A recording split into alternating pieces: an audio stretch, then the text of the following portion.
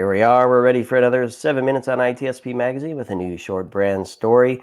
Today, I'm joined by the one and only Teresa Lanowitz, the Chief Evangelist at Level Blue, the company that simplifies the security of your most valuable business assets by providing broad cybersecurity experience and award-winning services. Welcome, Teresa. Hi, Sean. It is wonderful to be here with you. It's fabulous having you on, and I'm excited for this 7 minutes. A topic that keeps coming up for me, resilience and balancing that with innovation.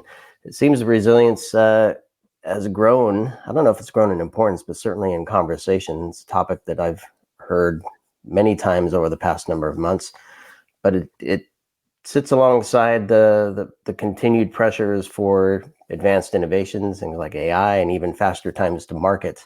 So what are some of the things that you and the Level Blue team are seeing and hearing as you speak with some of your customers? Well, I think you're absolutely right. Resilience is one of those words that you hear all the time. And I think we started hearing about resilience more in 2020 during the peak of the pandemic. Businesses of all types had to be resilient. They had to pivot their business model to serve their customers where their customers were. And what we're seeing now are some of the leftovers, some of the side effects of what started with that different business model pivot, that move to being more resilient. Some of the work that we've done at Level Blue, we came out with our big annual futures report. And what we found in that futures report is that 72% of governance teams inside of organizations do not know what cyber resilience is.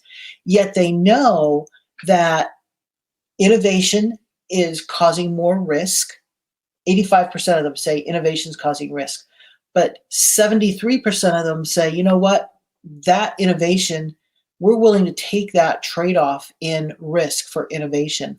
But what we also found out is that digital transformation, a word that we heard, two words we heard a lot of during the pandemic, those projects are incomplete in many cases. And the residual effect of those incomplete digital transformation projects are causing a lack of cyber resilience. So this idea of cyber resilience is that, the top number is that 72% of governance teams do not know what it is because they conflate it with cybersecurity.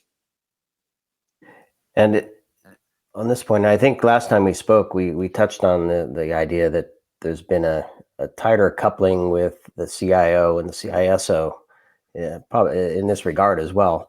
And do you find that there's an understanding of resilience from an IT resilience perspective, and teams plan for that, but the cyber stuff is still a little unknown, uncertain in terms of what it really means, and they just wing it for that? Is that what's happening? The technical term, just wing it. Wing it, I think yeah. what we see is that a lot of organizations hear the word cyber and they say, oh, CISO, anything that falls within your bailiwick, that's your area of expertise. But with cyber resilience, it's about that whole organization, knowing how to be resilient when something unexpected happens, whether it is a cyber event, somebody takes down your network, whether it is a hurricane or some other type of man-made event that takes us offline. And it's about how that business can cope and still deliver on those service level agreements to their customers, whoever those customers are, whether you're in a business to business environment or business to consumer environment. And then we bring cybersecurity in there and we layer cybersecurity in. And that's specifically in the domain of the chief security officer, the CISO, or the chief information security officer. And oftentimes that chief information security officer, that team does not necessarily have the right representation in with the CIO or the CTO to be able to talk to the whole organization. And I think that's something that we should expect to see change over the next year, couple of years or so as well, is that CISO is now part of that direct report organization up to the CEO. And what do some of those conversations sound like? And I don't know if you have any customers, you don't have to name them, but any experiences speaking with folks where that collaboration is well understood and they're putting forth a plan that covers the broader spectrum of resilience?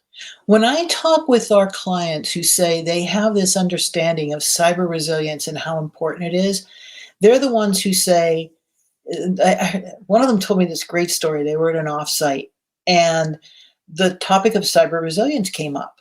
And the CEO said, okay, CIO, CTO, CISO, line of business, what are you doing for cyber resilience? And they all looked at the CISO and said, well, it's the CISO's problem. It's cyber, so therefore it's the CISO's problem. And that is one of the top problems, is that from the top down, the idea of cyber resilience, the idea of what you have to do to keep your business running and how you can gain better security by aligning your business objectives with your cybersecurity strategy, and by taking on this idea of a whole organization, understanding that when something goes down in the IT estate that we don't have a lot of visibility in, when something goes down in the IT estate, it's all of us who have to worry about bringing it back online. It's all of us who have to worry about continuing with those service level agreements to our clients. And so that idea of an offsite with the direct reports to the CEO, and people not really understanding where cyber resilience lies, that's a perfect example. And the CEO looked at them and said, well, wait a second. If this application goes down over here, that's not the problem with the CISO. So how are you working together to get that application back up?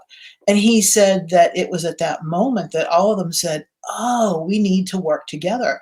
And I think we often say this. I mean, you and I have talked about this numerous times. We say this, but in reality, it's something that it's fairly difficult to really comprehend, because we're so interested and so concerned about running our day-to-day business that oftentimes we don't take a step back and look at what we need to think about for the future.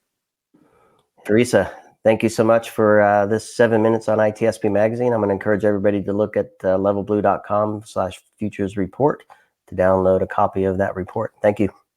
Thanks so much.